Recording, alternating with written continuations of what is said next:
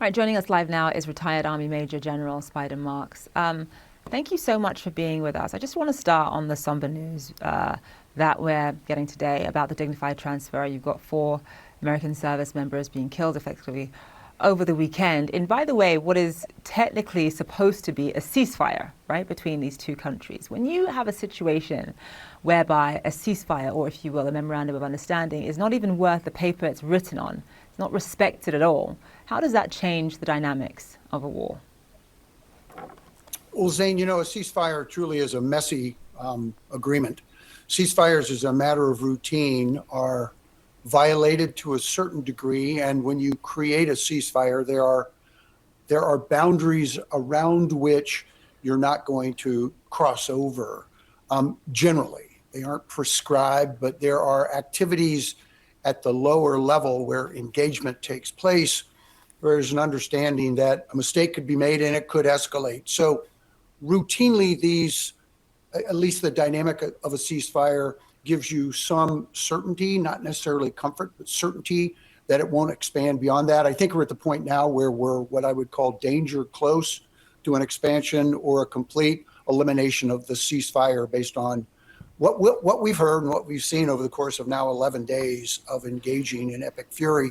But it has not risen to what I would call a phase 3 of epic fury, in that it's an all-out assault like we've seen over the course of the first many, many weeks of this operation. But what you have now is somewhat of a new phase in this war, whereby both sides are willing to up the ante in terms of targeting civilian infrastructure, something that Donald Trump has talked about quite a few times. You have desalination plants being targeted by Iran. You've got bridges and that kind of civilian infrastructure being targeted by the US. Power plants, Donald Trump's talking about power plants as well. Just the fact that both sides are now willing to directly target places, areas, infrastructure that previously, I think a few months ago, we all would have said were perhaps off limits. What does that tell you about the direction that this war is heading in? And also just the fact that, there's been some talk that some of this could be considered a war crime. The fact that the US is now engaged in that level of attacks, things that would have been considered off limits, red lines, so to speak. What do you make of that with all of your military experience? Yeah, there really, I would say, 2 things at play here, Zane. Number one is deterrence, the definition of deterrence. Deterrence means your opponent feels that the risk is not going to be worth the reward, that the punishment is going to be greater than the punishment that they think they're going to impose on the enemy. And it also has to do not only with military, but also through all those elements of power, diplomacy and economics, military, obviously, and the information sphere as well. So deterrence is at play, and we see that the deterrence risks are being elevated, what you've just described. The second thing that it's at play here is the law of armed conflict. That's the legal interpretation of those international bodies that describe what is legal and what's illegal in terms of warfare. Certainly the United States has historically, personal experience, we walk into operations with a clear understanding of being within the limits, the defined limits of the law of armed conflict. Certainly Iran does not do that. Let's be frank. So it is dangerous to talk about that, but your description of power and bridges, desalination, certainly those are civilian targets, but also there are many targets within that body of the definition of target sets that will impact directly on the IRGC and their ability to conduct operations. That's where the legal definition gets really, really tight, and you're going to get disagreements on both sides. So we can't be too quick to say we're going after a power plant, ergo that's a war crime.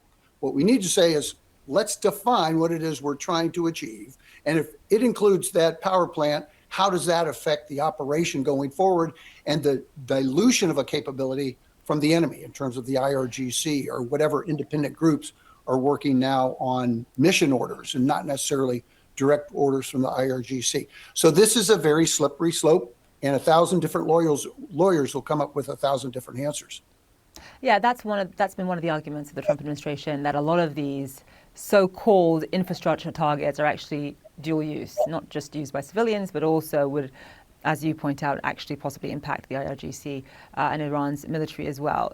Just in terms of how Iran has managed to last this long, several months into this war, I think their resilience is perhaps surprising a lot of people. They do have one of the largest and most diverse missile and drone arsenals in the Middle East, built over many decades, a lot of it stored underground.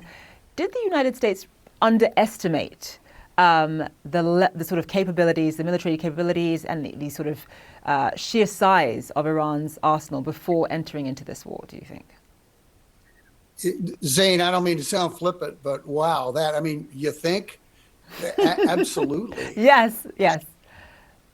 I would tell you with a degree of a level of certainty that our intelligence community, those that have watched Iran over the course of 47 plus years and going back certainly to the period of the Shah and how did that happen and how did the Ayatollah come from Paris and what were all those dynamics.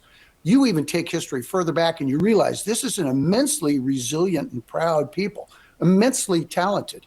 And over the course of the past 50 years, this regime has developed a command and a control apparatus that is deeply, deeply embedded in the civilian population. And you've got the majority of the Persian people would probably say, we want these boys gone, but there's no mechanism by which to move them out of the way. So I would say that the intel community probably stated with certainty, look, we can kick this hornet's nest, but how long do we want to kick it? In other words, when are we going to decide that the threat that Iran poses, which is the nuclearization of its military and the delivery of a warhead by an ICBM, has been either eliminated or at least delayed? And the answer to that question is, look, we're never going to know unless we're there on the ground and we can open doors and we can see what's being done. It's never going to be eliminated. It's certainly not obliterated. We can delay it, but there has to be a protocol and an engagement profile that says, if we think you're going down this path, like what we think might be happening at Pickaxe, well, we may revisit that target. We might say, look, we told you can't do that. And we've had these initial discussions. We're going to do the best we can to make sure you don't get a nuke in that particular case. Okay, then we may have an engagement profile with Iran. Our diplomacy with Iran will be done through military force. That's a pretty hard thing to sustain and to achieve results. It's just punitive. So at some point you cross over to the definition of our engagement is just unnecessarily punitive. And we're going to have to have some way to engage with Iran that says, look, you are going to feel some significant pain. The regime is probably not going to go anywhere. We can't expect that to happen. The resilience is quite phenomenal, not surprising. So our engagement posture is going to be pugilistic. That's unfortunate, but it's the truth. All right, Major General Spider Marks, appreciate you being with us. Thank you.